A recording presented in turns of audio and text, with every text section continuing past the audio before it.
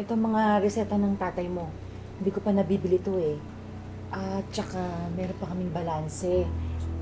Simula nung dinala ko tatay mo dito sa ospital, wala pa akong nababayaran.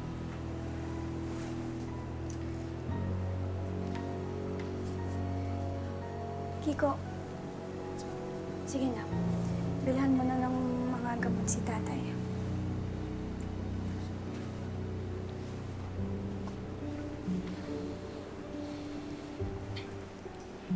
Salamat, anak. Pumunta ka.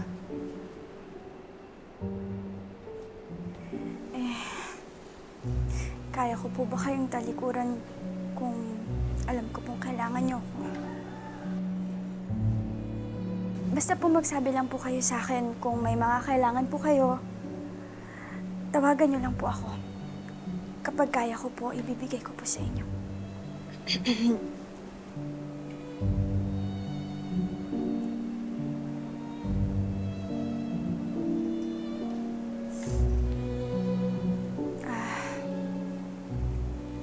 At, tay, ipagdarasal ko po sa Diyos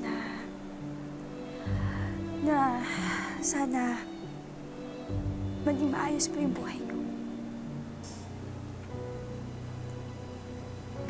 Hanggat hindi niyo po inaayos yung sarili niyo, patuloy po kaming lalayo sa inyo.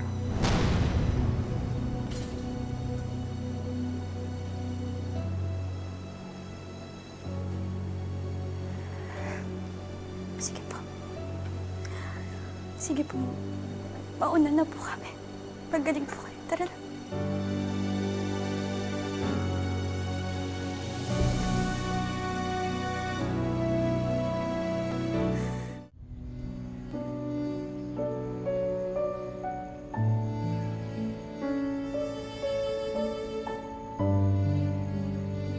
Paano ba to, Ma'am Gracia? Naguguluhan na talaga ako. Oras na ba para magpatawad? Pero masyado pang sariwa yung mga sugat na iniwan sa akin nila tatay eh. Hanggang saan ko ba dapat intindihin yung pamilya ko? Paano kung hindi na talaga siya magbabago? Miss, salamat sa roses. Walang anuman. Alay ko to kay Ma'am Gracia. Birthday niya kasi ngayon. Parang pamilyar ka. Parang familiar ka din. Teka lang, ikaw ba yung anak ni Ma'am Gracia? Alain! Alain, di ba? Ikaw yung anak-anakan ni Mama, no? Ikaw si Monica. Alam mo, matagal na kitang gustong makita. Ayun, buti nagpangabot tayo dito. Kaso dito pa. Kaya nga eh. Alam mo, lagi kang kinukwento sa akin ni Ma'am Gracia. As in, araw-araw. Walang palya. It's nice to finally meet you.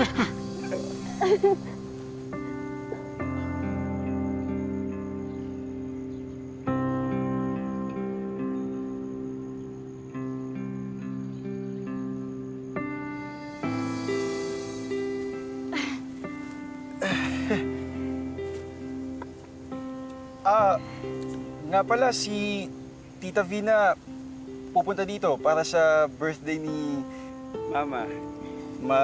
Mahilig kasi ito mag-picnic eh. Pag-uwi nga yan ng Pinas, pag nagpupunta kami ng park, bigla mo lang yung makikita kung saan siya bigla maglalatag. Eh di, sakto pala kasi sina Ate Menchu tsaka si Ate Cynthia pupunta din dito. Actually, magpipiknik kami para i-celebrate yung birthday ni Ma'am Gracia. Sakto, alam mo, ang tagal ko na muli nung nakita sila. Nakakamiss. Alam mo, mas maganda niya magsalo-salo na lang tayo para masabi si Mama. Ano sa tingin mo? Oo nga. Alam mo, good idea yan. Sige, ito-text ko lang sila na nandito ka. Okay, sige, sige.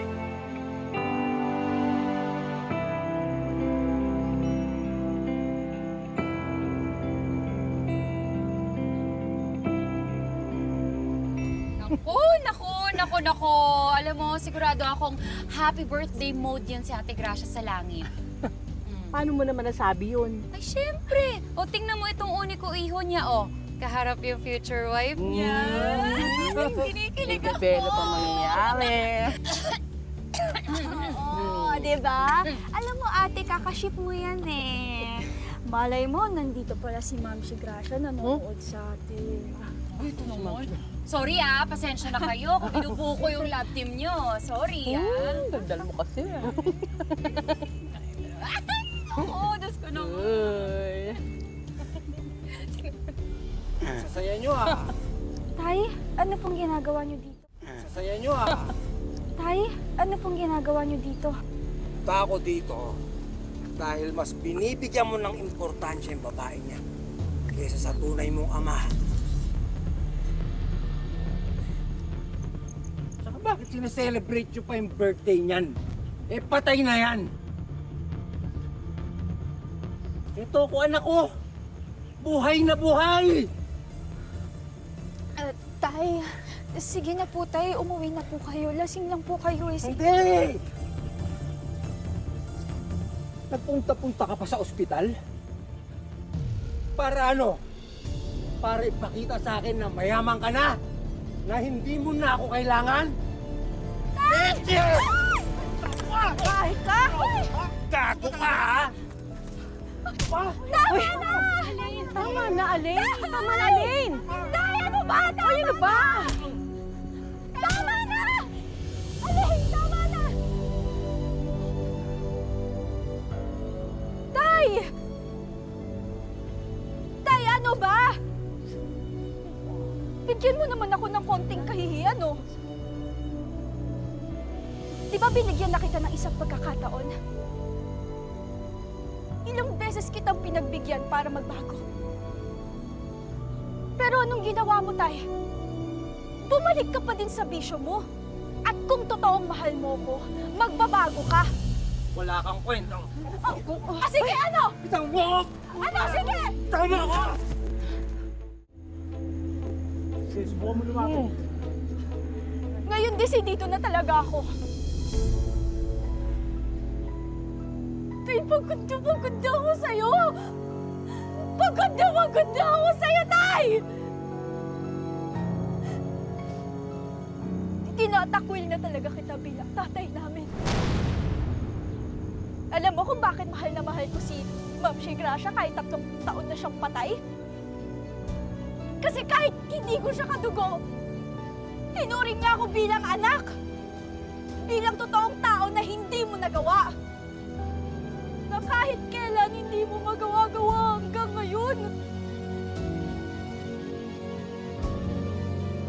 At ngayon malinaw na sa akin lahat. Na kahit ano palang gawin ko, di mo ko kayang mahalin. Di mo ko kayang mahalin katulad ng pagmamahal sa akin ni Ma'am Gracia. Kaya sorry, Tay. Sorry. Dahil pagod na ako sa'yo. Tinatakwil na kita bilang tatay ko.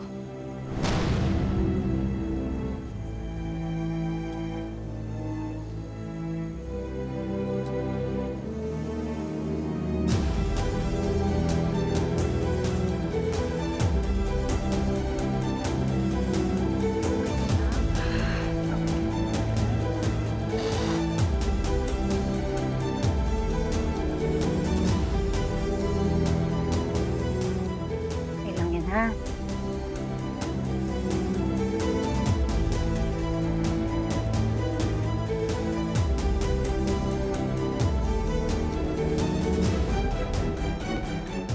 Okay ka lang ba?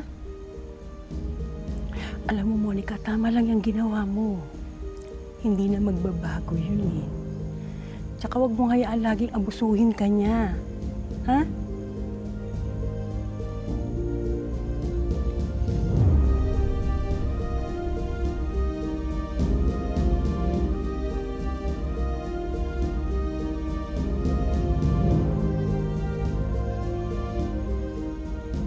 Veronica, huwag kang mag-alala.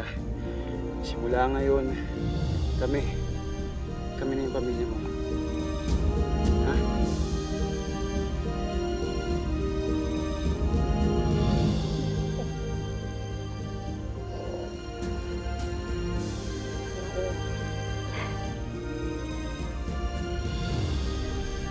Okay na ako. Smile na yan. Andito lang kami lagi. Maraming salamat sa pagsama sa ating istorya sa Tadhana. Nakaka-relate ka ba sa ating mga bida? Nako, i-comment mo na yan para sa iba't ibang kwento na punong-puno ng pag-asa at inspirasyon. Mag-subscribe na sa GMA Public Affairs at YouTube channel. I-click na rin ang bell button para lagi kang updated sa pinakabagong storya ng Tadhana.